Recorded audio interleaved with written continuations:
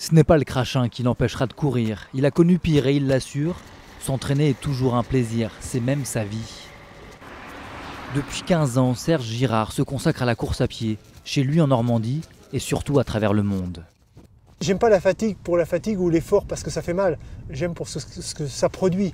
C'est ce sentiment d'être bien dans sa tête, dans sa peau, et puis de voir les choses d'une manière différente, beaucoup moins conflictuelle, beaucoup plus belle. Donc ça m'apporte tout ça, l'effort et la course à pied m'apportent tout ça. Chaque semaine, il court près de 150 km, entraînement nécessaire pour son prochain défi. Un tour du monde à la seule force physique.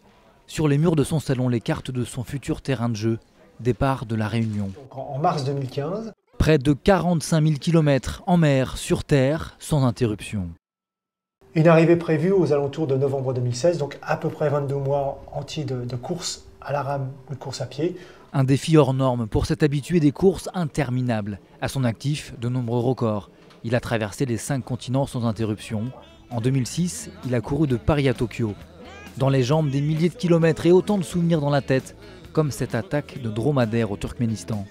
Bon, c'était une bête qui était malade, hein, qui bavait, donc je sais pas, qui était peut-être enragée d'ailleurs, et elle s'est mise vraiment à me charger, et j'étais obligé de tourner autour du 4x4, et la bestiole me suivait, quoi. Donc c'est vraiment important, en plus ça braille de tous les côtés, donc je peux vous dire que j'en ai pas mené large, quoi.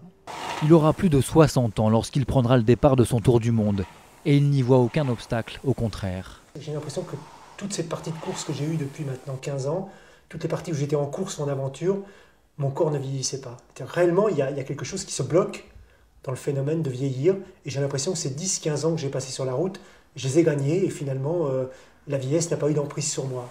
On le prend pour un fou, peu lui importe, il revendique une part d'insouciance, tournée vers sa quête très personnelle du bonheur. Mais il n'est pas seul dans l'aventure. WP. À ses côtés, sa femme gère la logistique, les démarches administratives et financières pour boucler le budget, coût estimé 400 000 €. On a commencé à trouver des partenaires donc, qui nous aident sensiblement dans ce projet. Maintenant, on a l'idée donc de lancer une souscription.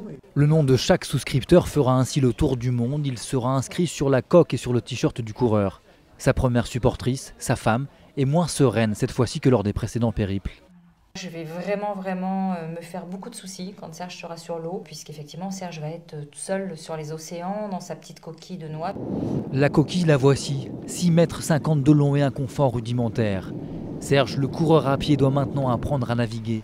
Le danger, il n'y pense pas, dit-il. Son seul carburant, c'est l'envie d'avancer.